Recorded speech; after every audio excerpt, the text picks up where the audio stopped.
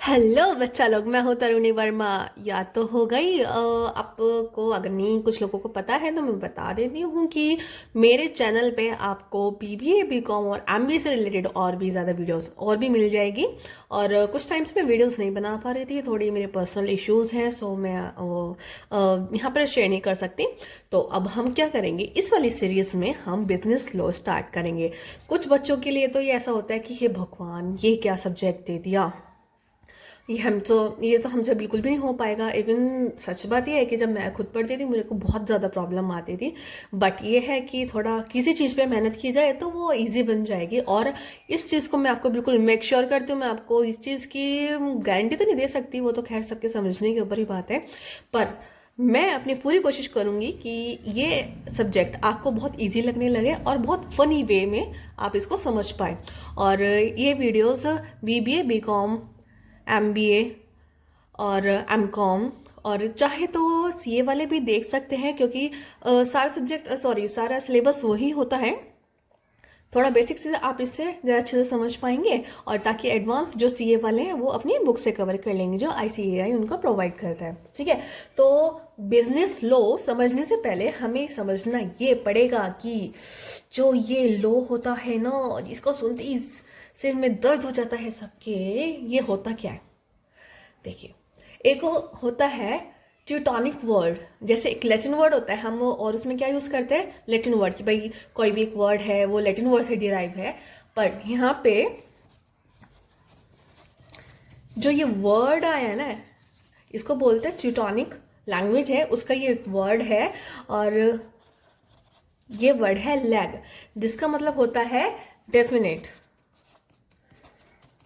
ठीक है, डेफिनेट।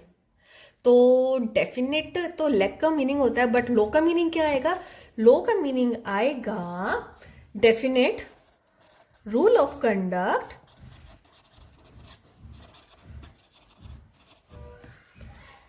ठीक है, कुछ रूल्स है, कुछ रेगुलेशंस है, जो एक पूरा कोड ऑफ कंडक्ट होता है ना। आपने कभी कॉलेज में गए हैं तो उसके ओरिएंटेशन में ही आपको कोड ऑफ कंडक्ट हाथ में पकड़ा दिया जाता है। तो रूल ऑफ कंडक्ट हो गया। और किस पे अप्लाई किया जाता है, ये अप्लाई होता है आपका, apply on all the people of state. State का मतलब ये नहीं है कि आपका यूपी हो गया, एमपी हो गया, या फिर बिहार हो गया, ना ना ना। Apply on the state. State in the sense जो आपकी जो कंट्री होती है ना, वो आपके पॉलिटिकल लैंग्वेज में स्टेट उसको बोला जाता है। ठीक है, तो आई होप आपको यहाँ पे लॉ का मतलब समझ आ गया होगा।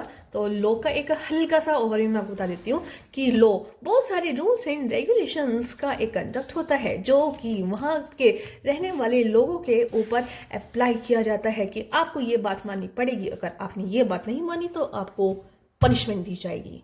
ठीक है, अब हम समझते हैं कि क्या होता है बिजनेस लॉ। लॉ का मतलब तो आपको साफ साफ समझ आ गया ना। तो बिजनेस लॉ क्या होगा, ऑब्वियस सी बात है कि बिजनेस से रिलेटेड जितनी भी एक्टिविटीज आपकी होगी, या फिर जितने भी कोड ऑफ कंडक्ट होंगे, रूल्स होंगे, जितने भी सेट ऑफ रूल्स होंगे, वो आपको बिजनेस लॉ में कवर करते हैं। और हम इसको कमर्शियल लॉ या फिर कॉरपोरेट लॉ भी बोलते हैं। ठीक है, ऑब्वियस सी बात है यार, आप बिजनेस लाइन में हो तो वो कॉमर्स और कॉर्पोरेट वर्ड्स आपको आराम से मिल ही जाएंगे। और ये तो फील्ड होती है। और जितने भी आपकी रूल्स होंगे, रेगुलेशंस होंगे, राइट्स होंगे, रिलेशन होंगे, वो ये इन सब में अप्लाई किए जाते हैं। ठीक है, तो बिजनेस लॉ का मतलब होता है कि बिजनेस को रन और फॉर्म करने के लिए जो भी सेट ऑफ रूल्स होते हैं वो आपके क्या कहलाते हैं, बिजनेस लॉ। आई होप आपको ये इतना समझ आ गया होगा। और बिजनेस लॉ को हम पढ़ेंगे इंडियन कॉन्ट्रैक्ट एक्ट 1872 के थ्रू। फिर इसके बाद और भी एक्ट आएंगे, वो मैं आपको बता दूंगी धीरे धीरे। ठीक है, और आप इसमें ये देखेंगे कि आपको जो ये लॉ है ना, आपको एक स्टोरी और एक फ़नी वे में मैं आपको बताऊंगी कि आपको ये बिल्कुल भी बोरिंग ना लगे और आप इसको बहुत अच्छे से आराम से समझ पाए, और साथ ही साथ आप इसको अपनी चाहे तो इसमें नोट्स भी बना सकते हैं। ठीक है, तो आई होप आपको बिजनेस लॉ का मीन तो एक्चुअली समझ आया ही होगा। और तो मिलते हैं हम आपसे अब नेक्स्ट वीडियो में। आई होप आप इसको शेयर करेंगे, लाइक करेंगे, और ध्यान रखिए अपना। चलिए ठीक है, बाय।